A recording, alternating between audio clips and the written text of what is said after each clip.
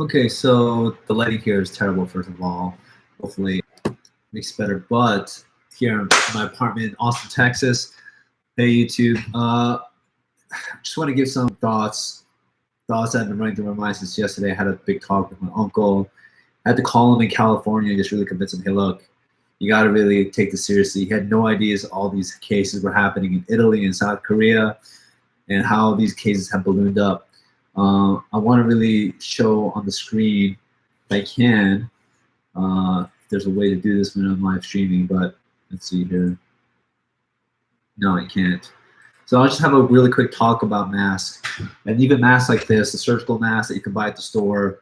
The media is saying don't buy it, don't purchase it. I have a respectful disagreement with that because, and there is shortages, but not to overdose, not to buy too many of those, but you should have a couple because why? It's going to change up the breathing patterns of the breath going side to side and putting it on here. So there's air pockets that you can breathe in, and the reason for this is not to protect yourself.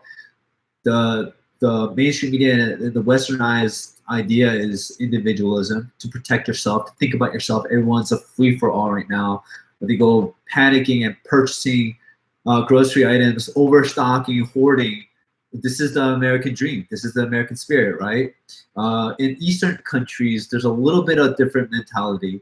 I admit Asians aren't like humans are humans, and we're not like completely exempt. But there is a little bit more of a collectivist attitude of bettering the people's society, a civilian due process. I mean, with capitalism, it's changed a lot, but still, there's undertones of respecting your elders and having this community mindset of bettering the collective, right? That's more so in China, more in Japan, less in Korea, I believe. These are just very blanket statements that are exceptions to the rules, obviously. But when I went to Japan, for instance, there's a lot of rule of law and following society, and there's a lot of these feelings of shame culture. And if you go outside the norm of the norms and manners of the Eastern society, then what ends up happening is that if you go outside that, there is a certain shame to you and your family, and there's a lot of this looking good in front of other people mentality, and just the culture, right?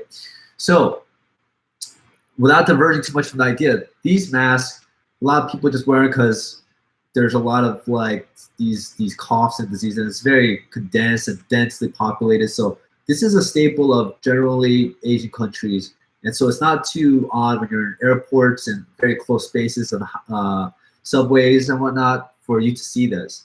But what brings me to this point is that this is not only to protect yourself, but to protect others in case you have something, especially in this coronavirus environment where this disease is incubated for anywhere from 2 to 14 days. So even without you knowing that you have symptoms and coughing, isolate yourself from feeling sick and having a fever, shortness of breath, coughing, those three main symptoms. When the coronavirus hits your lungs, which is the main driver of this disease, and have pneumonia, you can kind of cover your breath pathways, and then you're just going to be breathing. You're not going to be breathing directly on someone, talking to someone, and having aerosol precautions is what some people are saying, but definitely droplet precautions.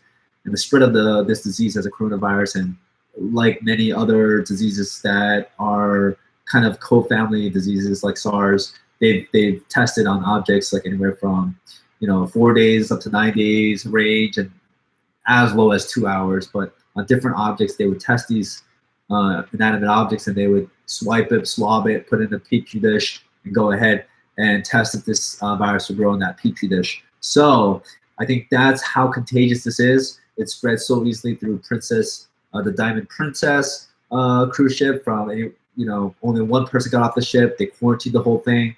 Everyone's quarantined in their individual rooms. They didn't let people out, but somehow it spread very rapidly. There are cases at UC Berkeley, I believe, hospital that had one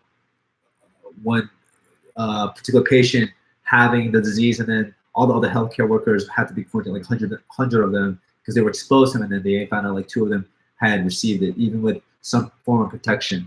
And even on the Diamond Princess, there's one particular guy who was supposedly all masked up, and quarantined, like had all the protective personal gear on him, and then he ended up having a positive test for coronavirus. So this is very, very contagious.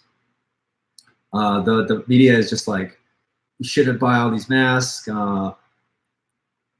I think that we should kind of make it part of our culture to wear all these, whether you have it or not, to protect others, protect the elderly, the people who have immune compromised situations, the people who have health and underlying preconditions for health issues. So people, lung issues, heart, kidney, lungs, COPD, breathing issues, they're at most risk. The population that are most at risk, and all the young people are just gonna like live it up and spread the disease. And we need to really try to quarantine this and slow this down in order to protect our elders.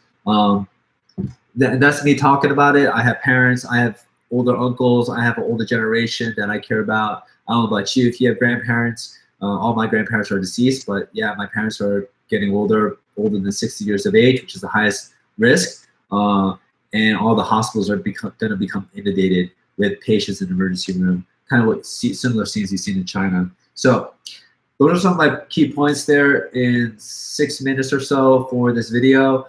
I hope that you could really just relate that the N95, N99 masks probably shouldn't wear. They should be related to our healthcare workers, unless I have N95 that I bought about a month ago before all this hoopla, and people are like, Eli, you're crazy. Why are you buying a mask?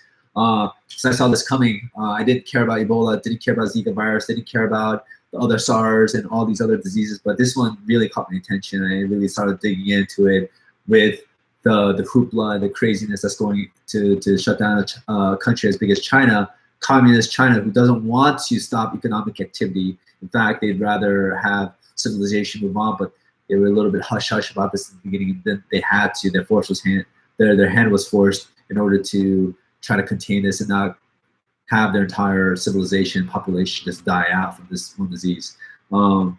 So without going further into this topic, I love it if I get some comments and discussions here. And we need to really perpetuate this, not perpetuate, but we really need to educate other peoples and have the mantra at the top, because right now we cannot close the borders of our states and cities, because right now it's just proliferating throughout. New York has a whole bunch of cases now. New Jersey just got their first case. Florida, Arizona, Illinois. It's just, I was saying a few days ago, let's like shut down these states and cities, but it looks like it just spread in all these major hubs, and already probably domestic flights have been running, and it's just maybe too late now to just even try to contain Middle America, because right now we have a few suspected cases in Houston, Texas, and how many people are driving around. So right now it's just somehow we're going to try to mitigate this, but it is not looking good in the United States of America. Already we're 2 weeks behind because people are just spreading it for 2 weeks. And so if we were to shut down borders right now, we would have isolated cases all throughout the USA right now. People in every probably major city right now have it and spreading it. So what's the case? It's protecting yourself, insulating yourself. We're going to probably go through, I'm going to go out on a limb and have a federal declare state of emergency. We may have military come in if it gets really out of hand, if there's civil unrest with self-isolationism.